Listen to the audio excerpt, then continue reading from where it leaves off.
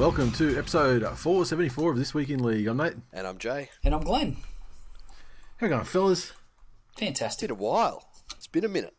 Has been. Well, like a week. Yeah. Like you were there on last Wednesday. In spirit. Yeah. Literally a spirit. He'd only just come back from the dead. Yeah, you could talk. Yeah, exactly. You came back from. Hey, fuck! This reminds me. I haven't told you guys this, but we've got for the next members-sode where we actually started where we addressed the questions. By the way, patrons, get your comments in on that. And Glenn, you do a reminder on Patreon as well for the death row meal. Yes. Now, because of totally separate to that, I have received a submission anonymously from the Popo about a story regarding like the dragon suit and everything that claimed Jay and people thought we were making it up. Now we've got legit. No, there's a legitimate story coming. Public servant fucking verification. So ideally, I want to fill up. I want to fill up the death row meal topic, and then we'll bust that one out over the next couple of days, whatever. And and there's a story there. I haven't read it yet. I started reading it. I'm like, no. I see what it's about now, and I'm not reading another fucking word until we're actually doing it. So I like to keep it for myself as well. So, rep weekend, a resounding success. Huge. Although we knew at the start that it was going to be the last time, unless they drastically. I mean, I don't know why they couldn't restructure things and do it again. But Channel 9 in their infinite wisdom, of bleeding the game dry, have elected to talk about how amazing it was, while at the same time being the entity that negotiated that it wouldn't happen next year. Jesus Christ! And a successful weekend it was. I mean, we had various origins. We had the NRLW origin, which Blues won. We had the younger, the 19s, which Blues won ×2. Going through obviously to the real origin on Sunday night, which the Blues won again 4-0 for the weekend. And we had the internationals. Now, look, I don't want to go through all of the games in fine detail because I know that Jay was actually in Sydney and Glennie was just racist, I suppose. It's a fair wake up call. I was here. You were just about dozed off. I saw you. I had to give you to shut the fuck up, and then bam. I had to give you the taser to the balls. You looked like you were spacing out a little bit there. But just a couple of thoughts on those games. Samoa ran out very convincing, 42-12 winners over Cook Islands.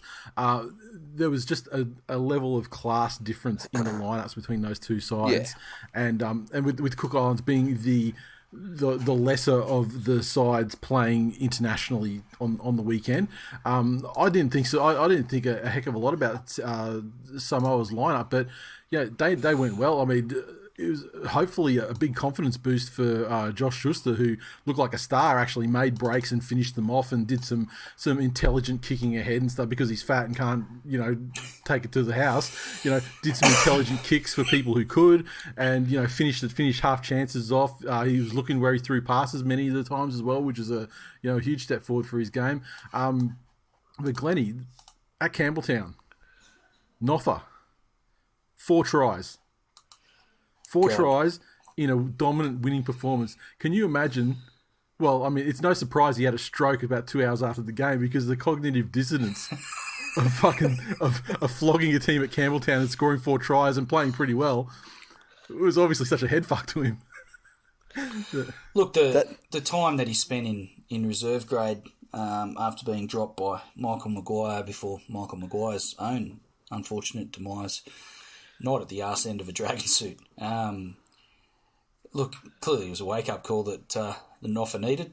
I would also suspect that the change in jersey colour and design and playing for a different team at Campbelltown might have had something to do with these results. So are you saying that Noffa's actually a stand-up guy and we may, as it is, have him all wrong? And it's actually just being in a Tigers jersey that makes him such an unlikable fuckhead. Unfortunately, your resurrection, you haven't come back completely intact. I'm just trying to clarify. Cunt. That's nothing like what I said. But he fucking, you can't deny it. The man scored 4 tries. They might have been, Darius Boyd scored a lot of tries too. It doesn't mean Darius Boyd's a fucking stand-up guy. Yeah, one was an intercept, and there was a couple of Darius, but yeah, listen, he did Nathan, score them. He's in the books. He's in the books, mate. Nathan, fuck's sake. Look, hey. There's a very wise man on this show that says it doesn't matter how you score them; they're all worth 4 points. Yeah, right. I tell you. I recorded 7 aces against Darren Alcott. Doesn't mean I'm a fucking... Because you were operating the tennis ball machine. If by tennis ball machine you mean legs. Oh, yeah, you are back. You are fully intact. I got you. Yeah. No, we're here. Back to being the same cunt you've always been. Now, every time this comes around, it does make me want more and more relevant international football. Yeah. And the only way you get that is by playing more games. Yeah, that's right. And here's this old catch-22. Well, it can't be the NRL that does it. And this is where I get disappointed in the governance of our game, because the NRL has no interest in international rugby league. Absolutely no interest. There is no benefit for them. In fact, there is only liability for them in international rugby league, because players are more likely to get injured, can potentially hurt their product down the line.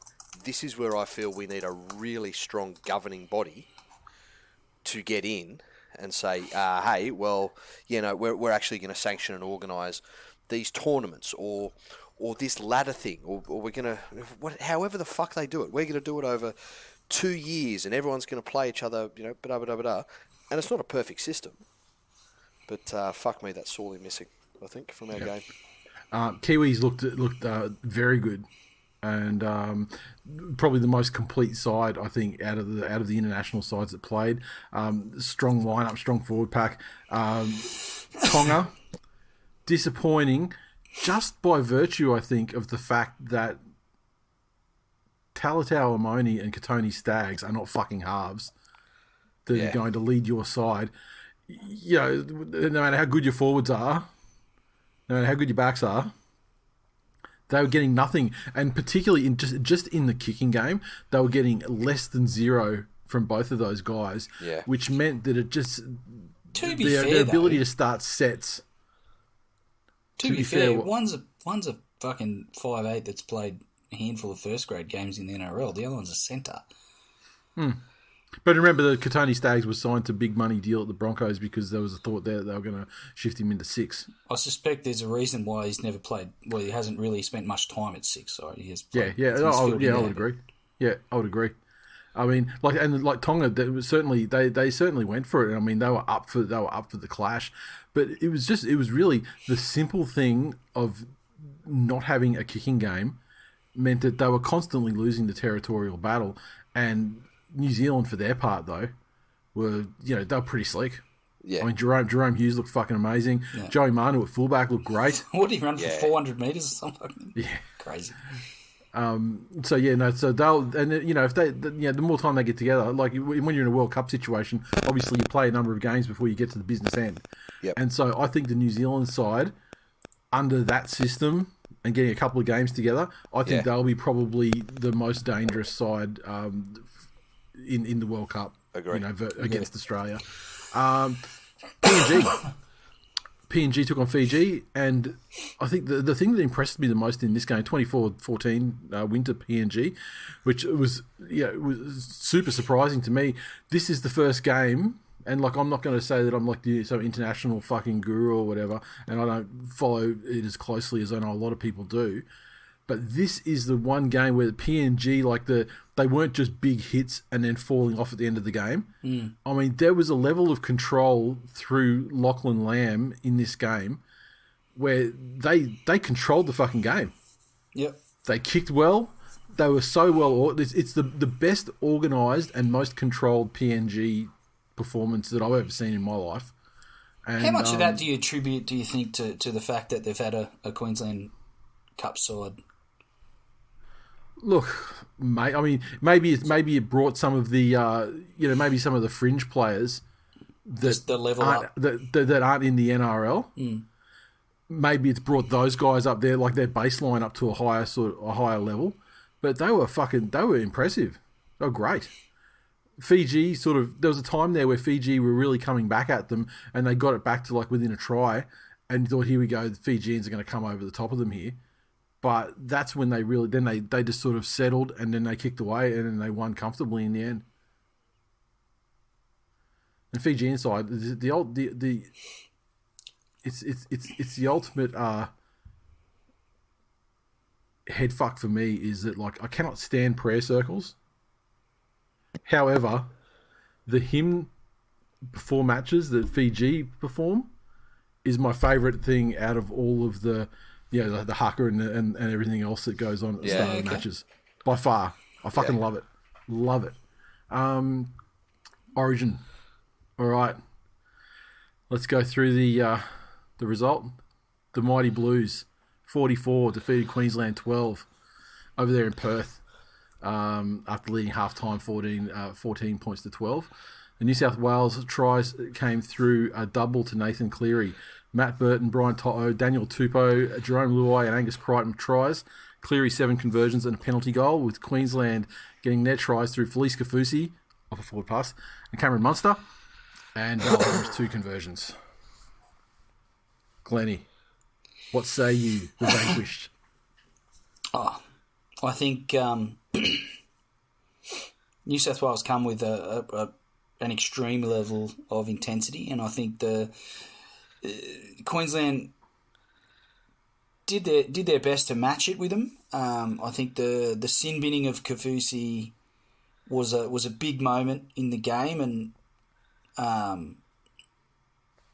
it was a string of penalties. I don't know that there was a warning, but at the end of the day... It was the fourth thing in like a minute. Yeah. Do you know it was coming. Do you know what the warning is, Glenn? I'm trying to talk. So when he puts that fucking thing in his mouth that makes noise, and it makes a noise. I liked it better when you were dead. I liked it better when you were dead. I don't know if there was a warning. Fucking warning. So I think the energy that they exerted trying to hang with New South Wales in that period of time... And they did cover up pretty well in that time, though, too. I think they only conceded the one try. Just the way New South Wales came into them and they were just fucking swarming and kept coming in waves, you just got the feeling that there was going to be a crack. And when it came, the Blues were far too good and capitalised and just kept the pressure and the momentum and the intensity up, and hence the scoreline. So I thought Munster tried hard. I thought Ponga didn't have a bad game, but I think some of the forwards got some reasonable statistics, but New South Wales just seemed to have their measure, certainly through the second half, and just started to open up around the ruck and through the middle and give those guys like Cook and Cleary that sort of time and space, with that sort of result. The thing is with Ponga is he's really dangerous at Origin level in attack in selected situations where he injects himself, as per game one where he threw the last pass for 2 of the tries, which ultimately resulted in the final difference. And he looked dangerous. I mean, like he threw that fucking forward pass for Kafusi's try to put him in, but I mean it's in the book, so I guess that was a try assist as well. He laid on. They're all worth 4 points, Nathan. It doesn't matter how you score them. Yeah, so they say. I mean, it should have been worth fucking 7 points, though. I mean, like, with the gridiron pass. But the thing I always say about Ponga is, in the soft shell crab thing, once all you got to do is put it on him and give him the business and take him out of the game, and he'll never be back in the game. In this game, it happened in the second half where someone, maybe it was Cleary, put through a grubber into the in goal, and then over from the middle towards the right, and then they caught him in goal. And from that moment, then after that, Cleary tackled him and rattled him. Yep. And from that moment, he was nothing but Darius Boyd waving people through like a fucking conductor under the sticks. Yeah. And I think his concussion thing there's more to it than what Newcastle and certainly Ponga himself are letting on. I think it's legitimately plays on his mind. He seems easy to concuss. Yeah, like it's like you don't have to play out of the spirit of the game or out of the rules of the game to knock him out of the game. But just have to mentally fuck him, you know, like he's not up for huge contact. He's not up for high intensity contests of a high ball. I think he is until he gets one that kind of rattles him a bit, and that's why I say you got to you got to give him the business. Like you've got to hit him hard when you get the opportunity. If he lines himself up in such a way that you can give him an absolute shot, then do it, and then push yourself back up to your feet using his head, on the ground, push his head face, just give him the business, and it just takes him out. It's that sort of thing. You don't have to be illegal. Or and hit him high or anything, but you just have to rattle him and then sort of bully him a little bit, and that's by and large all it takes. Obviously the changes that Freddie made this time were amazing. Jakey Turbo with a fucking game for the ages, and assisted by Appy in the first sort of 20 minutes or however long Appy was on for, where game one turned with that first interchange of Queensland forwards, and you had Carrigan coming on and running amok. They were just getting chopped down and they couldn't do a thing. Even if they did get good meters by virtue of the defensive lines backpedaling or anything, they didn't get those meters where they're like after contact and where they were getting their heads and shoulders free and getting some second phase play on offloads and all that sort of stuff away. And like Jakey in Origin at number 10 in the middle, getting the meters he did, the post-contact meters he did, plus making his tackles for 71 minutes in a game, in a game where they like to talk about how much more intense and demanding it is than an NRL game. Was fucking sensational. And I think that's the big thing that he brings. It's reliability. And when you look across that field for New South Wales, the starkest contrast for me from game one was that almost to a player, New South Wales in game one seemed to me to just expect to be there and be part of a cog in a machine, or almost as if they just had to do their little bit and they'll do it just fine and they'll all just get there. There was a much different attitude, and you've summed it up perfectly, Nate, in terms of intensity, in that to a man, every one of them was there to do more. Every one of them was there to step up. There was far more intent in the forwards, and all piss take about who was dropped and who came into the side away. New South Wales forwards in game one were absolutely fucking embarrassed. They were absolutely embarrassed. The bench rotation didn't help them at all, but they were fucking soft. The forwards that we had in game two were there to really make an issue about not being embarrassed. The fact that Appy was out there, and I think, look, while Damien Cook has some amazing talents and he's very good at running out of dummy half, I think the big thing that got New South Wales on the front foot was the accuracy of service from Appy. And I've said this over and over and over and over. The quality that I want in a dummy half more than any other is to get the ball out in front of people, right in front of their hands, every single pass. And I think Appy does that much better than Damien Cook. Appy brings people onto the ball, whereas Cook, he'll get the ball there or thereabouts, but it's those minute little differences that make up the difference in Origin. The other one that was a completely different player was Cleary. And he wasn't immune from what I was saying before about going out there in game one and just looking as if he expected to just do, these are the three things that I have to do as a half and the rest will be taken care of by everybody else. He took that whole fucking team by the scruff of the neck and he controlled them. He led them around beautifully. He put the ball where he wanted it to be. They finished sets where they wanted to finish them. He was up and involved in defence, which I don't think he was in game one. And he really was a leader out there. And I was an asterisk from about the 20th minute on. And that was the funny thing. Queensland were right in this game, and they were on top in this game in the first 20 minutes until the change when it took place. But it seemed like all of the like Luai was fucking terrible until the second half. Yep. Cleary was fucking terrible until about the 20-minute mark. Yo wasn't doing much of anything. It was and I don't know if it was just like nerves or if they were just sort of like, I don't know, like in their shell a little bit or something.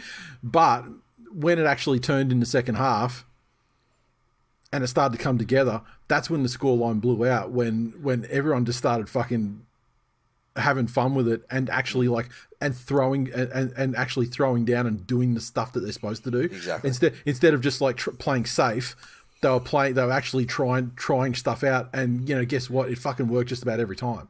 Yeah. And so I mean, this game could be the big turning point in the series, because now maybe they start doing that from minute one as a team. And obviously there's early exchanges, but they don't, like the fuck ups that they made in the first 20 minutes where they were just tight. Yeah. And they were just they wanted to do things, but they weren't accurate with it. The passes didn't leave weren't themselves enough space. Yeah, and so it just looked like so you're getting like drop balls and shit like that, But then the other thing, and it's not like he's been overlooked, but the introduction of Burton, he is the archetype for the future of the game, and by that I mean if you look at all of the great players that have really changed the direction of the game or really been influential to their teams.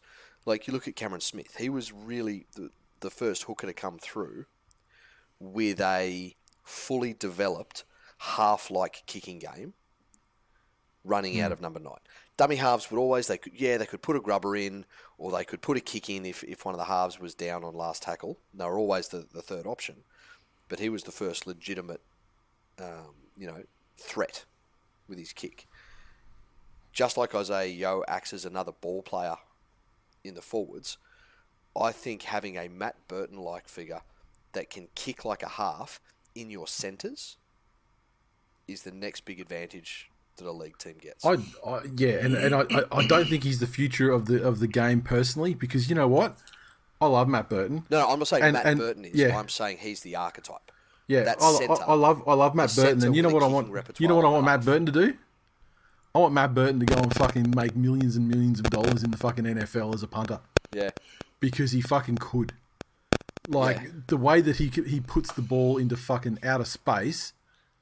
All they want in the NFL is fucking hang time. Yeah. So the guys can get down there and make the tackle, and the returner doesn't get any ability to move, and and I think like some of the kicks, the effective kicks that he used in Origin are the absolute and he could become an absolute fucking cult hero because he's an actual footy player as well. He's not not a nerd that wasn't physical enough to play the other positions. Yeah, he could legit put a shot on. He's a proper footy. Yeah, like on those occasions when the returners fucking actually do make a bit of a break, he could read it. And he could fucking put the hammer down on the guy and get on all the highlight reels for doing that sort of shit. If the punt if the snap is botched or whatever, he could run it. And I just think that he could be a superstar and make millions of dollars. Will he? I don't know, but that's the fucking arc I would like to see for him, because I think that he could do it. And look, he's playing at the fucking Bulldogs. Yeah, I mean, like he's not. I mean, Do something with your life, son. Lovely. Right, what did our socials say? We went light on the socials. I thought we'd talk enough about it. Kevin, he said, I've seen a lot of refs faulting for the first half all over the internet tonight by fellow Queensland fans, and I hate Klein as much as the next bloke, but it was a fairly even contest at half-time, and the simple fact of the matter is we were gassed, and on this stage you get punished for that. Refs weren't making us miss tackles like it was under 12s, and New South Wales were running like men possessed. Just too damn good. Side note, after Jay's talk about Yo, I can't unsee the blocking he does in the ruck, now on the 5th tackle. He'll even stop in the defensive line as a decoy, but do it in such a way it's not illegal. I'm coming around on the most underrated player of all time. There we fucking go. And can also just say, further to that refereeing thing, I think that the thing that the Queenslanders should be the most disappointed about from Game 2 on a refereeing standpoint is they didn't get away with the shit they got away with in Game 1. I mean, Freddie did that classic thing where he whinged about the stuff that he didn't like, and so it was actually refereed down the line in Game 2. And when Queensland didn't have that ability to fuck the ruck up like they did in Game 1, guess what happens? Yeah, exactly. That's what happens. The boys get to play. Yeah. And when the boys get to play, they get to put the ball down over the line, score tries. Glennie, they score fucking tries in bunches. Like David Nofaluma. like David Nofaluma wearing a non-West Tigers jersey against an international Pacific Island minnow. Matt, he said 700 metres from To'o, Teddy and Tupu. With that kind of freedom to advance position and young Nathan directing the ship, Queensland had their work cut out. Munster did very well trying to create opportunities, but in the end was not enough. Efforts from Paulo, Cam Murray, Yo, Burton and Appy across the park were just undeniable. Surely Freddie will carry this squad into Game 3. So they're talking about Game 3. The two names that they mention in regards to any potential changes is that obviously Whiten was in Game 1 and he doesn't have coronavirus anymore, so he'll be available for Game 3. And the other one is that Latrell he'll be available to play for Game 3 as well. I say, gentlemen, thank you for your stellar service in the past. Maybe next year. Winning combination, baby. Whiten's had one good game at Origin, and Latrell's severely underdone. And a performance like that, I don't know that you fuck with. And exactly. I think what Matt Burton brings to the table in terms of, again, if he puts up 3, fuck you laws of physics bombs. And they drop one of them. Yeah. In State of Origin, that's it. A knock on the 10-metre line to start a set is fucking gold. That's it. So, I think the Crichton would have to be the endangered one, if any, but I wouldn't change anything. I mean, even Crichton came good by the end. I mean, they had that shaky moment where Cleary sort of got beat on the outside, and then they made their breakthrough there for that try to Munster. Yeah. But other than that, he was fine. And there was that forward pass to Polo, which was just a brain explosion close to the line. He thought, fuck, I can get one away here and wrap around. Yeah. Maybe he'd obviously seen Queensland do it. Yeah, he thought, mate, so we're doing that now, okay. Thought it must have been okay. Look, Latrell's that sort of talent where if it came out and they said, Critter, again, thanks very much, it's your first year, you'll be there for years to come, but Latrell's in the centres, I don't think I could hate on that. I'd obviously prefer to stick with a winning formula. But Latrell's that type of unique talent where, with fucking 45 minutes of cardio after 6 months off. Yeah. He would still probably kill it. The thing is, with the way the side is at the moment, I actually like the composition because there's a bunch of new players, like guys like Burton knows that he's there to play centre, and then if the opportunity arises to put up a fucking ridiculous kick. Yep. Crichton knows he's there just to be centre. That's it. Yeah. Latrell, however, is, he's the guy that's there to do whatever he sees at the time. And, I like the fact that there's actually players in the team at the moment that are so new that they're just, deferential to just playing their role. Yep. And not trying to be fucking cowboys. Yep. So, let's wrap this series up. I mean, it's in fucking, you're going to finish up at Lang Park and in a decider. So, let's wrap it up. See you next year, boys. Put in a good off-season. Get your match fitness up. and, not you, Jack.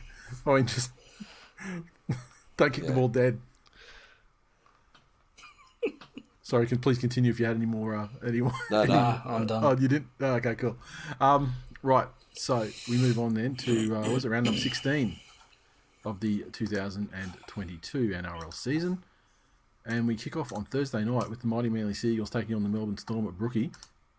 The Manly side without Josh Aloiai, who was knocked out whilst playing for Samoa on the weekend. So that brings Kepi to prop and Paseka finally back in on the bench. So far, according to, by the cut that they did tonight about an hour and a bit ago, Jake and Daly are inside, and as well as all the other internationals that played on the weekend. Storm side, okay. So Munster's been named. I heard that he wasn't going to play, but I guess it'd be that he came back as less severe is what they thought. Pappenhausen's named as a reserve. Kafusi is out via compassionate leave. The list I'm looking at says Meany at 5'8", and Munster's not in the squad. Yeah, right. Yeah, well, and now you mention it, yeah, you're right. So I think that Munster was out, and then the day after he was, oh no, he's going to be right for Origin 3, and I don't think whatever they thought the injury was, it wasn't injured. It was just whatever. More importantly than what are we talking about? Shit, fuck Queenslanders. Ryan Pappenhausen's back. Does that make him available for Game 3? Yeah, but where do you put him? Where do you put him? Why do you put him? No. See you next year, Pappy. Yeah. I know. I want to see him in a Blues jersey. Look, I mean, everyone does except for Queensland fans, but they just won by 40. Yeah, I know. Let's not worry about it. Okay, so Nicarima on the interchange. Otherwise, all of the international and state reps named to play for the Storm, and that's it. It's interesting to see how it goes. I really like. I would never tip Manly to win this game simply because of the loss of Aloye and the fact that means that while it's great that Paseka's finally back in after getting some match fitness back via the Reggies, I just long for the day when Marty Tapau is surplus to our fucking needs. Or having said that though, he did play very well for fucking Samoa. I will say he found some level of passion and fucking form and ability and impetus for that game. Let's hope he can carry it through. I think Schuster, the confidence that he'll take out of that game on the weekend is massive, and guys like Kohler as well, who played really well in the international debuts, and Christian Tuipulotu was a fucking star. I'll tell you what, just as talking about the dominance of the Melbourne Storm, right? If you'd have had to say what team is the Melbourne Storm had their greatest rivalry with over their successful period, you'd say Manly, yeah? Yeah. I think they've had two. I think it was Manly. Not grand finals, but which team have they had their greatest rivalry with? Yeah, undeniably Manly. Definitely Manly, one of them. But I mean, in recent years, it's probably been more the Roosters, and you got to remember they've had the Broncos the entire time as well because of that pseudo Queensland. No, but again, situation. Okay, yes, Glenn, you're right. It's obviously Manly. So, but out of 41 games played head to head, Melbourne have won 25 of them. Like it's not even like I would have thought if you'd have said because of their rivalry, I would have said there'd be 3 or 4 games that separate them, maybe. Yeah, I think the problem is that we were coached by Trent Barrett for a time there, and that's where it really fucking that's where the scales tipped.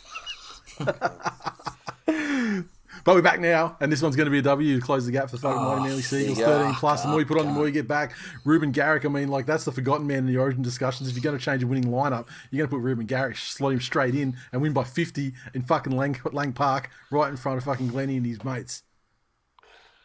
That's what's going to happen. Brave Glennie, words. It's an audio podcast, Glennie. That face doesn't show up. I just feel like maybe it's time for you to be the arse end of the fucking dragon costume. I got the bungers. Who's going to be the sacrificial lamb? We can't bring Tyson Gamble back from the fucking dead. And it's going to be Ruben Garrick. Fuck. The pub slot game. Newcastle Knights versus Gold Coast Titan. They've certainly got their shit together on scheduling this time. And the Newcastle Knights side, Ponga is out via concussion, which I think is a super prudent move to make. Tex Hoy plays fullback. Daniel Saifidi and Bradman best listed in reserves. The Titans side, Dave Fafita returns from injury via the bench in number 17. Proctor and Thompson named as reserves. Also with a chance of returning from their injuries. Big Tino and Mo Fodawaika are named to back up from their rep games over the weekend. This one is a real game with consequences for the end of year Hyper Bowl.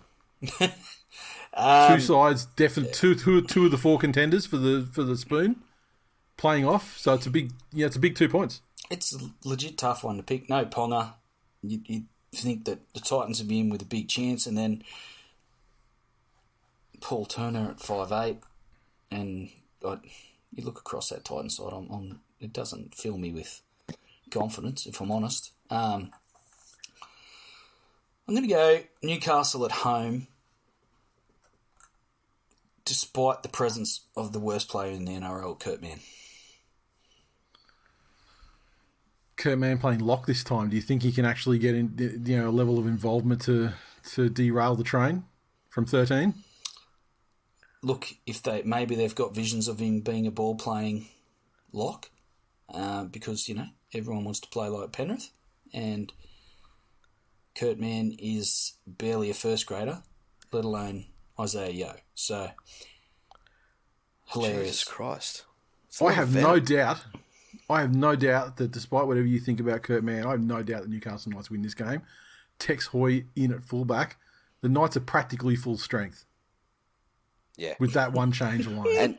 And with some big ins.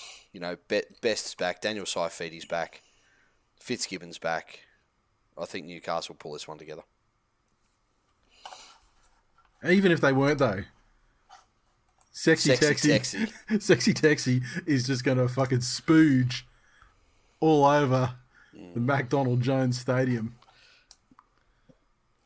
And we move to the 8 p.m. game. The Panthers take on the Roosters out at Penrith. The Penrith side, all their rep players are named. No changes to speak of, really. The Rooster side, Kiri's concussion issues continue. So I heard today, like, Kiri's pretty much done, right? As he retired, done? As in done, yeah. Wow. I think. I don't know if it's been like an official announcement thing where how you get on the socials and word sort of starts leaking out about stuff. I think I saw something about that. It's sad, hey. It is. Yeah. Sam Walker will shift to half. Drew Hutchinson 5/8. Radley returns from injury in lock. Nat Butcher drops off the bench. Luca Fafita on the reserves, and all their rep stars are named. I think Joey Manu. I mean, like he's apart from one game earlier in the season, he's been fucking pretty good all season. Joey Manu's either brilliant or quiet. He hasn't had a bad game all season. What was that game he had? He did. There was one game where it wasn't that he was bad. He was just absent. He was quiet. He didn't touch the ball a lot. He wasn't involved. He didn't come in looking for any runs. The ball didn't find its way to him. So it was a mixture of him not being proactive and his halves not getting him what he needed. But he hasn't had a bad game for fucking I don't know how long. And the Roosters don't have their new signing Matt Lodge in the lineup for this week. What a shame. Yeah, who they've grabbed him for $100,000 for the rest of the season, I believe. Jesus fucking boy. Keep enabling that fucking idiot. And look, honestly, like the Panthers are going to put it to them. I don't think the Roosters have it in the forwards. Plus, then they're going to have to deal with that period of time when Victor Radley goes to the sin bin, and that's when the results really going to blow out. Yeah. I think we'll all be. Sorry, Joe, you go. I was going to say the only risk here is complacency from Penrith. Yeah, look, I think I think most of them played for winning sides. And played well in winning sides, and that's what I'm saying. There's a level of buoyancy that they've come back, and maybe that translate into a slightly lackadaisical performance. Who knows? I think the coaching staff are good enough to keep them grounded, but that to me is the only real threat here. I think if they're complacent, it might be for a patch of the game. I don't know that Penrith had it in them to be complacent for an entire match, and I think this is probably a game where we realise again that the Roosters just aren't on that level, which is not just Penrith's level because they're a level all their own. But I feel like the Roosters have had a slide this year that was probably a bit unexpected, and I think Penrith will handle them easily. The Doggies take on the Sharks and Parramatta on Saturday afternoon. The Doggy side, no changes. And as I look through the lineup, everyone named. The Sharks side, no changes from 2 weeks ago versus the Titans either. Rep players all named as well. Can the Doggies continue the Potter era? I'm going to tip the Sharks, but I think this will actually be a reasonably entertaining game, and I can't believe I'm saying that, and I certainly wouldn't have said it a month ago or so. if Nate's mate wasn't punted from the coaching position at the Dogs. So I'm going to tip the Sharks, but I think it'll be a fairly high-scoring game, and I think Sharks will go home. I think the Dogs are going to have to stay very focused here, as in that they've put in a couple of good performances and they've got some combinations that are clicking, and Matt Burton's going to come back, absolutely full of fucking confidence and probably now also more ingrained as the leader of that club, which he was unofficially, obviously, running in the halves and directing him around, but now to also be the player that goes away for representative duties as the best player in the club and comes back. Probably put some more standing on him with the boys.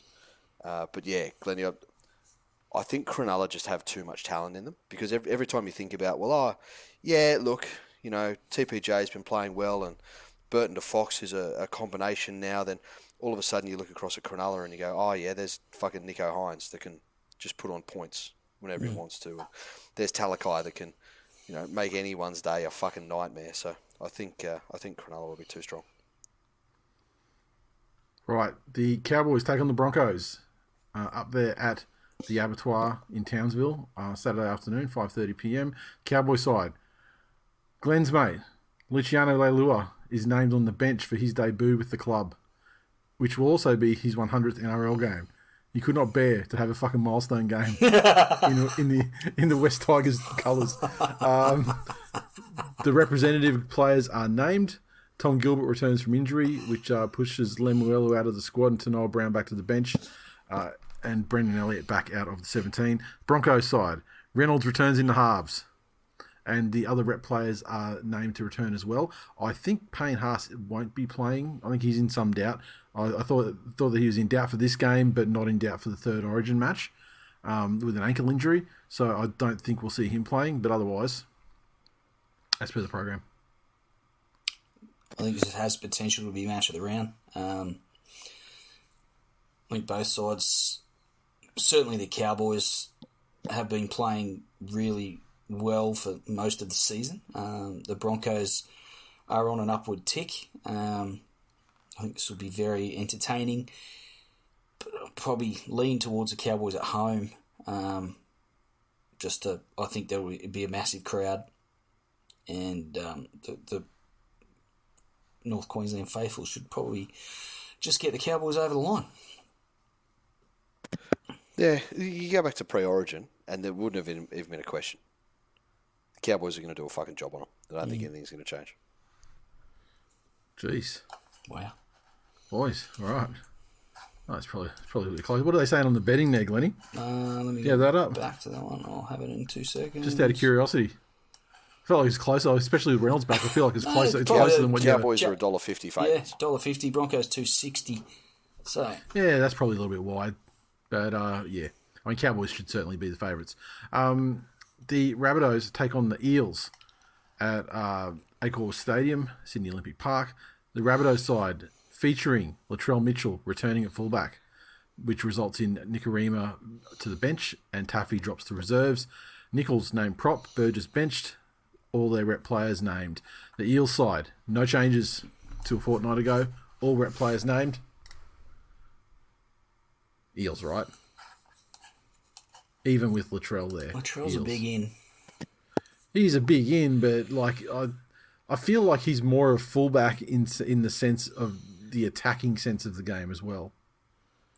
I don't think he's necessarily a defensive powerhouse. No, neither do I. But I also think that he's one of those players that just by being there, the attention that he demands is enough to create opportunities elsewhere. And that's something that's been sorely missing for the Rabbits this year. As long as you can shut down anything Cody Walker does quickly in terms of a running game and cut him off, take away his space, he's essentially no threat at all. Mate, I challenge you to look at Joey Manu's cheekbone last year and tell me Latrell Mitchell's not a defensive powerhouse. Fucking stopped him. Mate, that's grub. That's grub. Murdered him. Not defensive. That's grub shit. You're not allowed to defend people in the face, Glenn. I'll defend you in the face. I mean, fuck, if you could get, if that sort of shit was what made a defensive powerhouse, then why doesn't fucking Callum Ponga take a baseball bat? I mean, honestly. I think Latrell has a big influence and a big impact on the Bunnies. I do agree that the Eels deserve to be favourites, and I probably do lean towards the Eels, as much as it pains me to admit it. I think the Eels had their moment a month ago, and I think they've largely negotiated their way out of that period. And like, while I think that they're still too brittle to do any real damage in the competition, on the premiership as a whole, I think that the way Souths have been going, I think that they've got them covered. And finally, well, not finally, almost finally, Glennie, are we going to do a episode for this one? The Warriors make their return to New Zealand. No fucking way, no how. Sunday afternoon, 2 p.m, Mount Smart Stadium. The Warriors finally give the people what they want. Play a game in New Zealand. Pompey is dropped to reserves. Ewan Aiken shifts into the centres. This is Bunty Ofoa's 100th appearance. Oh, milestone game. And the interesting thing is that only 2 players in this team were in the Warriors side at their last Mount Smart match on the 30th of August 2019. That being Harris Tavita and Jazz Tavanga. If Pompey gets back into the 17, that's 3. But yeah, big changes there. The West Tigers side become the first team to travel overseas for an NRL game since August 19. And may not come back. James Roberts in at centre. Stefano to the bench, first time in weeks. Little and Capola drop to the reserves, and TWiL is out with concussion, so you don't have that albatross hanging around your neck about him getting a try at last. Starting hooker for this game, New Brown. There you go. Some big changes have been rung in by Nod. Another hooker on the bench. So, Noddy's gone through the place with the gurney and getting rid of the stench of Michael Maguire at a rapid rate of knots. He murdered fucking Little and fucking Simpkin. Yeah, I mean this whole fucking will ale, won't they? Little v. Is it going to be Lindsay? Is it going to be Simpkin? Mate, it's this week be Little, nothing. Next week Simpkin. Now neither. Fuck him, he says. So, Glennie, what do you make of these? What do you make of the changes, mate? I think New Brown's first game at hooker, where he scored a couple of tries in his first game back in the NRL. I thought there was some promising signs there. Interesting, there's other than Dewey, there's no real, and maybe that's the change. Maybe Brown comes off, Brooks goes to hooker, and Dewey slips into 6. I don't know. I will say though, it legit does not matter what the Tigers do. They are destined. I've said for a long time that the Tigers are a team of destiny, and they are legitimately destined to get thumped by about 60 points in this game. 60, really? Come on. 60? The emotion of the first game back in New Zealand. It could go both ways. It's a fucking sellout. The emotion could go either way, though. Yeah, but it never does, Nathan. It always goes against the Tigers. So... couldn't they do it for old boy Luciano Leilua in his 100th game? Couldn't they do it for Luch? We couldn't do it for Tommy twice. Yeah, that's true. A club fucking legend, the heart and soul of the fucking half of the merged entity. Twice. That's the problem. If he played for Balmain, they probably would have done it. Yet you expect us to do it for a bloke that changed clubs mid-season. Fuck me, Dad. Fuck out of here. No, I fully expect the Warriors to embarrass the Tigers, and I will be legitimately shocked if we are even competitive, let alone fucking manage to win this game. No chance of doing a second half in this one? Look, I fucking was ready and raring to go last weekend, and I was brutally fucking smashed and said no, Glennie. I'd rather fucking hang out with my fucking brother.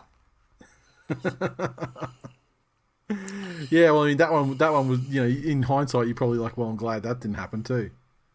Oh no, I always enjoyed talking to you, Nathan. It's a fucking pleasure at all times. Yeah, like 30-0 second half. I mean, you would have. Because I never know. Like, you never know when one day enough's going to be enough, and I'll just fucking drive to your house and murder you in your sleep. So if the times before that I get to actually fucking chat to you, it's a pleasure. No, that'll never happen.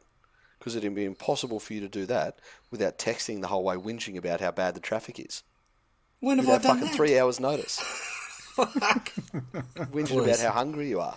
Can someone bring you some nuggets? Yeah, no, that's fair. I don't know if I've ever mentioned traffic, but definitely I have let you guys know when I've been hungry. The virtues of let's Macca's do it. coffee. Let's do it. Second half. All right. Yeah, let's do it.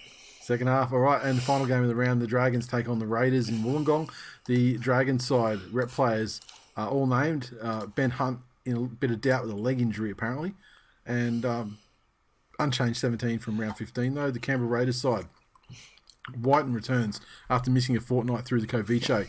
Frawley drops out of the 17. Schiller out altogether, making the way for Nickel Klukstar's injury return via the bench in jersey number 16. Rep players all named. Got to remember back to what happened. I mean, like, the Raiders been in a reasonable patch of form. Yeah, Dragons. Raiders by 13 plus. Dragons put it on the Rabbits in the first half. 32-0. Can history repeat? No.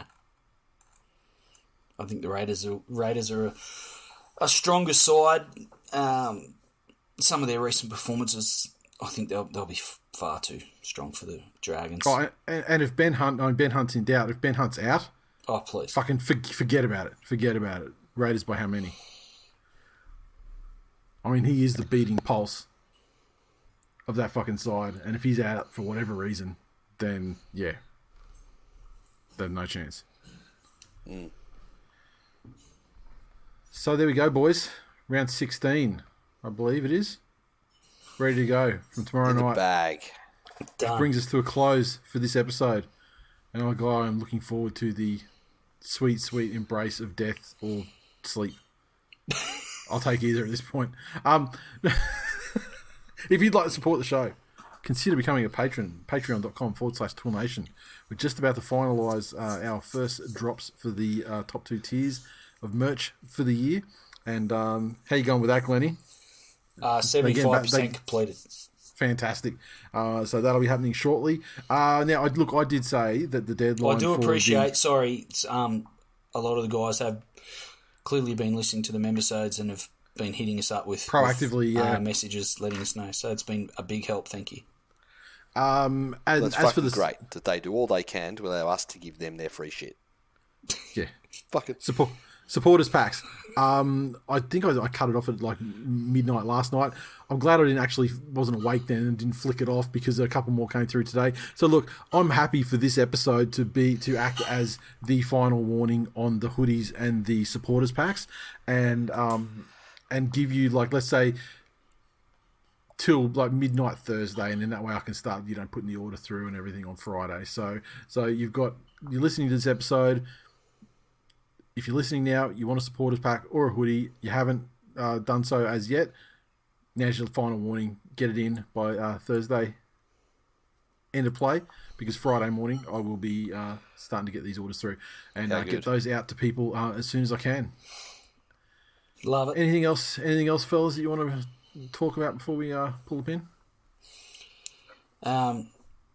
Much like you, I am completely fucking fried. And I'm going to pass out at a rapid rate of knots. Hey, you see how the post match beer sculling after the Origin win? Oh. Poor old Matty Burton having like a quiet little chuck to himself in. That would be me if I tried to scull a beer. Really? Yeah, I couldn't do it. What about like a can of Coke? Yeah, any of that's fine. I don't have a gullet. I'm good, but I cannot stand the taste of beer, and I would fucking throw my heart up. Yeah. There you go.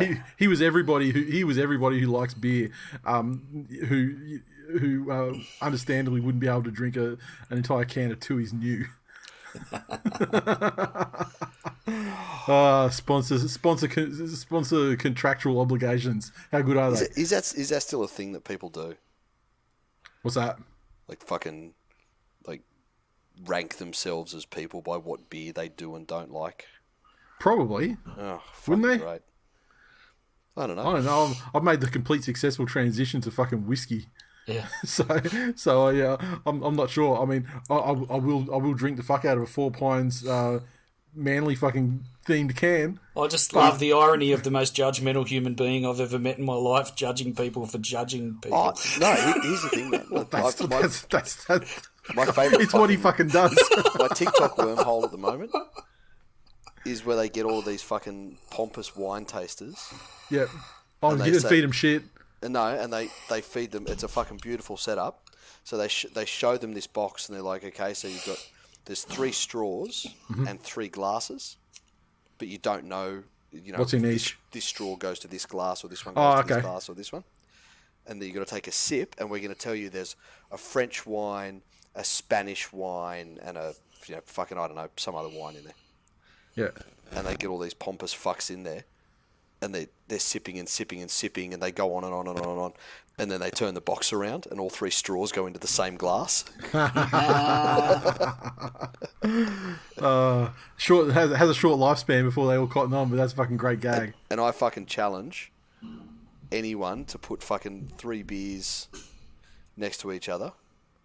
Oh, I think you definitely can. Yeah, you can definitely tell the difference in beers because some of them, like, they taste significantly different, like following one with another. Every fucking beer tastes exactly the fucking same, just like every wine tastes exactly the same. You need to, if you're going to drink wine, drink it like my wife does. Drink it to forget. And just like every vodka tastes the same, right, Glennie? When you load it up with your fucking little limes. Yeah. That's it. And your little fucking your lemonades and your lemonade and your little wedges of lime. Yeah, there you go. Soda water, mate. Fuck me. Yeah, trying to give me soda water. Diabetes.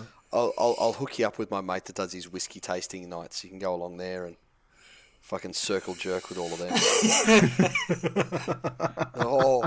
Fucking malty. Peat. Fucking peat moss.